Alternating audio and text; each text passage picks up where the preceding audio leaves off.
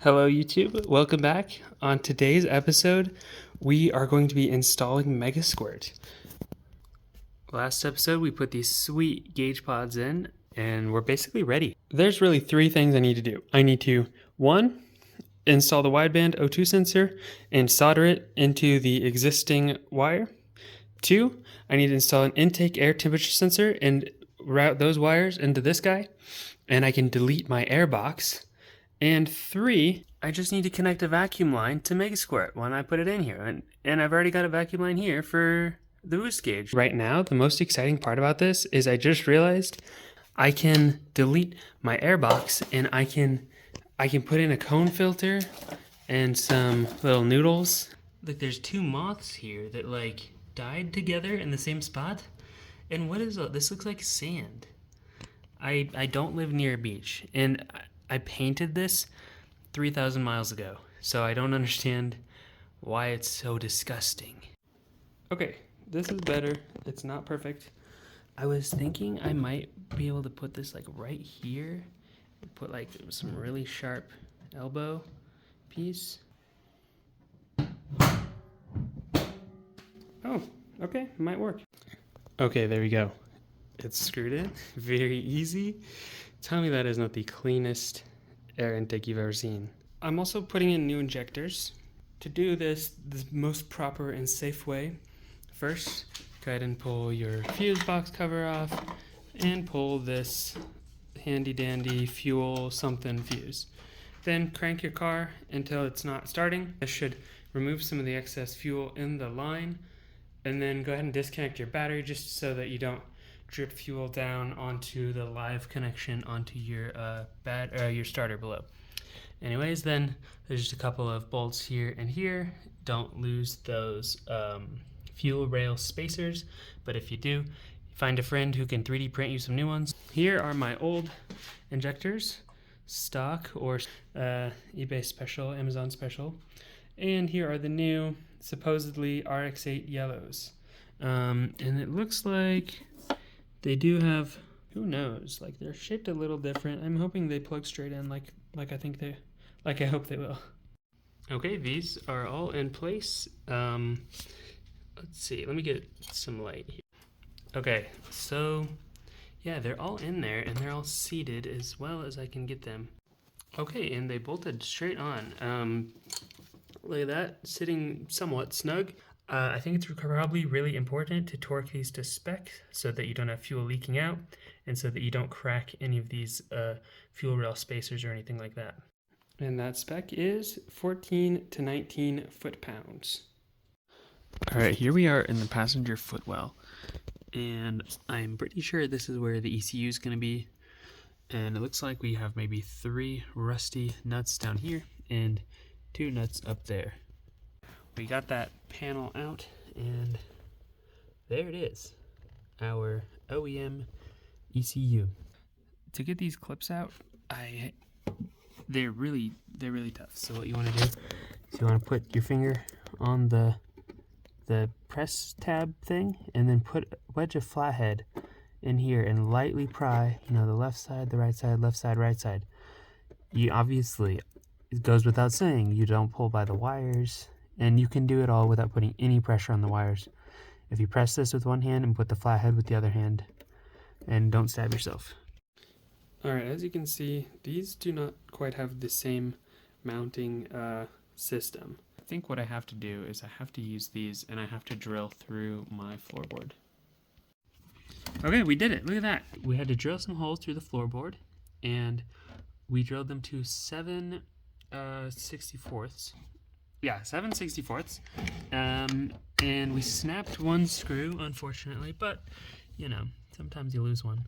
So now this vacuum line is going to go right over there. Okay, this is a huge headache. Check this out. This plug, there's not enough room before it hits the wall to quite get in there. I might have to re-drill these holes and move the whole thing over like an inch to the right. It's many hours later.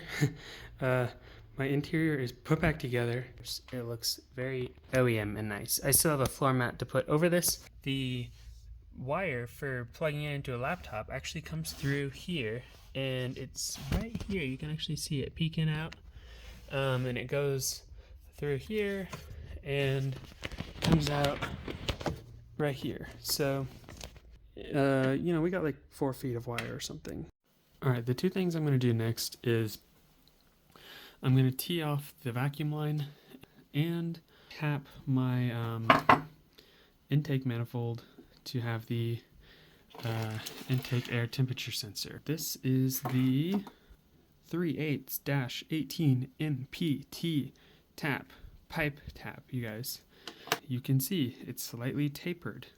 This is the one Car Passion Channel said to get, so I'll just have to figure out if I have anything that can fit over this square end here.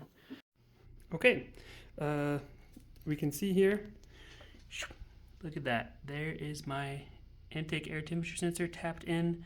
Ignore that my tubing looks kind of green, and it's running through here, sort of tucked under there, and then it comes up and behind and right into there, sort of taped up. And I've moved my radiator fan. You can see it's on the driver's side, not the passenger side. And there is my cold air intake.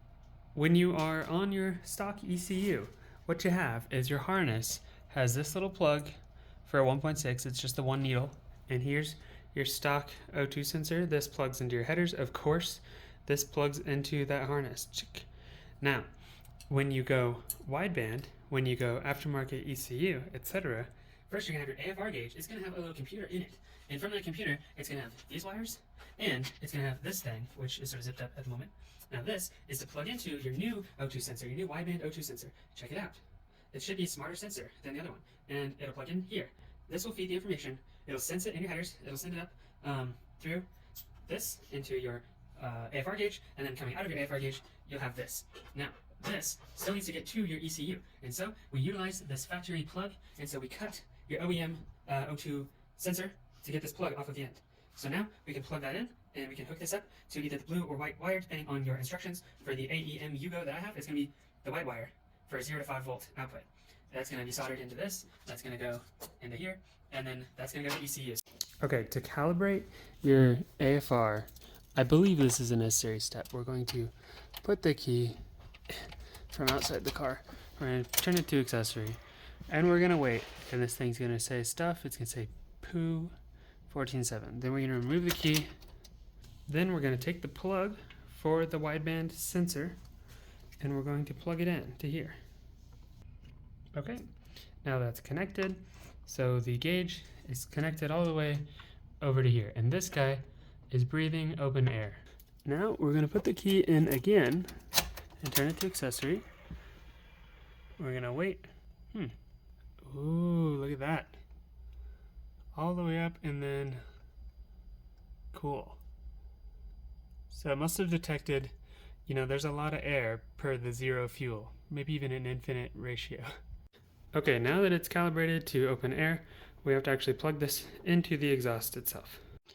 All right, now with the sensor plugged into my headers down there, we're going to turn the key to accessory one last time.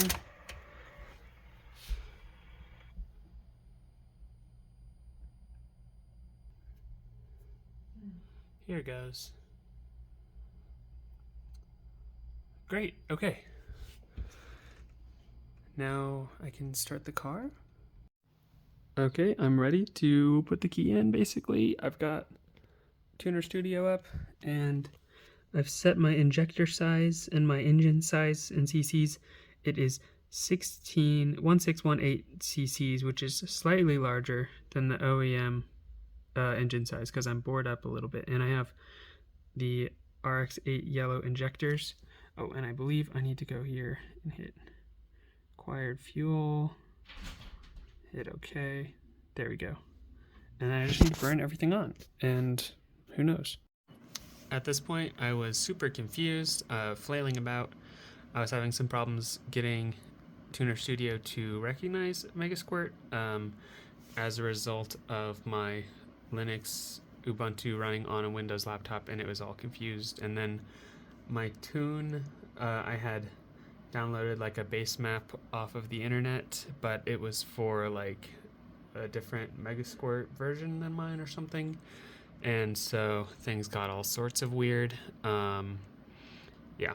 So flailing about. It took me hours of research. I restarted a few times, and a couple days later, I came back and sort of had an idea of what I was doing wrong. Okay, we did it. We're ready to start on Megasquirt. Oh my gosh, I ran into some issues, but we got it worked out. All right, moment of truth. I'm very nervous. How do I know that Megasquirt actually took the tune that I clicked burn? Like, did it work? And is the car gonna start? And is it gonna run properly? Or am I gonna like ruin my engine? Is this gonna be the last time I start the car for months while I have to do another rebuild? Or is this gonna be just like a regular startup? I hit a small road bump here. Road bump?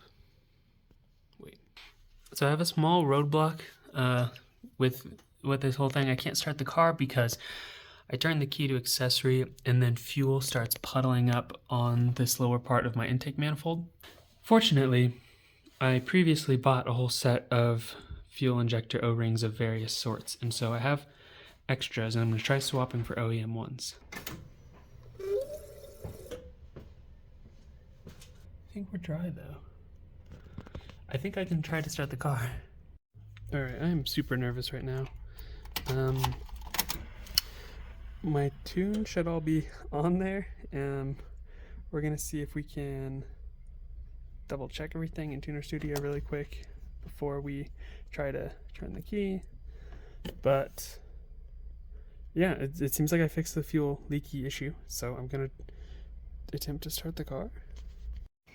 Alright, it's a little dark, but you can see here, this is connected, and if we crank the car, it takes a couple tries. Woo! Get out of the garage right quick.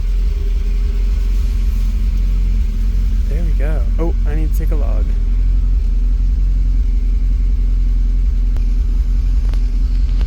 We're logging, and it's cold. You can see our RPMs are pretty solid actually.